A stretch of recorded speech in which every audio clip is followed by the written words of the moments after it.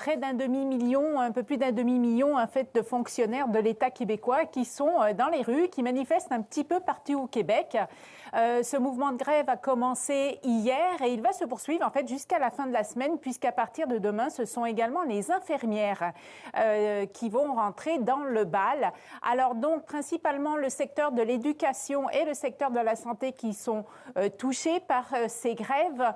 Un casse-tête, bien sûr, on imagine, pour tous les parents québécois dont les enfants vont dans les écoles publiques, qui doivent trouver des solutions alternatives pour faire garder leurs enfants, mais aussi un impact important au niveau du réseau de la santé québécois, ce réseau qui est déjà très fragilisé à la suite de la pandémie, alors des chirurgies retardées, etc. Donc ces grèves ont un impact important sur la société québécoise.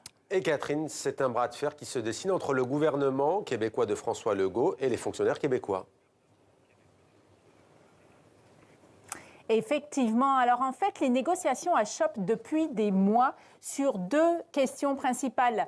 Les salaires, bien sûr, les augmentations salariales sont insuffisantes, disent les syndicats, et puis aussi les conditions de travail qui sont difficiles, notamment dans le secteur de l'éducation, pénurie d'enseignants, pénurie de ressources, manque de ressources pour les enfants qui ont des difficultés d'apprentissage, etc.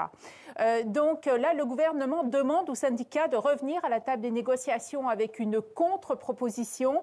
Un conciliateur a été nommé également pour tenter de rapprocher les parties à la table des négociations. Et le gouvernement fait un petit peu le dos rond en se disant finalement que peut-être que la population va être un petit peu moins portée à supporter ce mouvement de grève, alors ce qui n'est pas le cas pour l'instant, puisque un dernier sondage indique que 71% des Québécois et des Québécoises appuient ce mouvement de grève jusqu'à maintenant. Et on espère en arriver à une entente d'ici le temps des fêtes.